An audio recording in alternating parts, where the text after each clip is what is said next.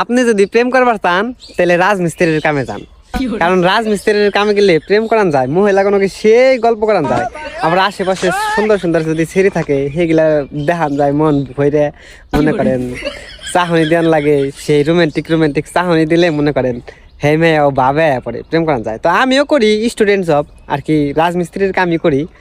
এখন মনে করেন এই এক সপ্তাহ আগে একবার কামে গেছিলাম, এই পাশের বাসায় আবার একটা মেয়ে আসাল, সেই সুন্দর মোটামুটি। আউট ড্রেসে তো স্কুল ড্রেসে একরকম দেখা যায়, আউট ড্রেসে আবার এক এক মেয়ে এক এক রকম দেখা যায়।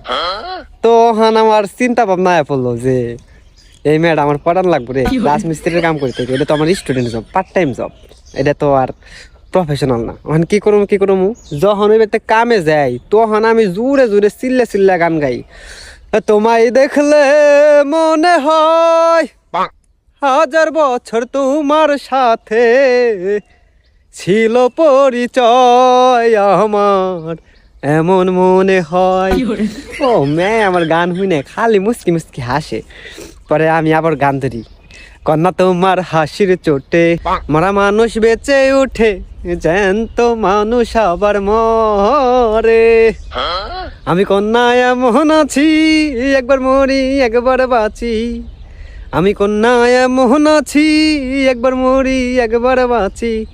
আমারে নাও তোমার করে। মেয়ে আরে দিলাম একবারে খুশি করে। পরে একদিন কই আই বললাম ঠাস করে যে আজকে তো কাম ছাড়তে দেরি হয়ে যাবো গা, তাহলে আপনাকে বেটটা আমার ইফতারির দাওয়াত। ঠিক আছে সমস্যা নাই, ইফতারি করে যাইন। পরে মনে করেন ইফতারির সময় কইলাম যে শরবত বানাইন একদম আপনার মতো মিষ্টি করে, আপনি যেরকম মিষ্টি শরবতটা ওইরকম মিষ্টি বানাইন। মানে এই যে একটা পাম দিয়ে দিলাম। যাই হোক এইটারে মোটামুটি লাইন আইনা থুয়া দিছি। পরে কন্ট্রাক্টরে কামে পাঠাইছে অন্য ব্যক্তি, তো অন্য ব্যক্তি গেছে, সেই ব্যক্তি দিয়ে আবার একটা মেয়ে আছে, ভাই রে ভাই হেডে যে কিউট রে। ওখান কইলাম যে আগেরটা খাল্লি পাল্লি হেটা তো লাইনে আছেই, তাহলে এইটারে পটামু কেমনে হন চিন্তা ভাবনা করবো। এইটারে দেখে আবার গান গাই না, এইটারে দেখে খালি কানে ফোন নিয়ে ফোনে কথা কওয়ার ভাব ধরি।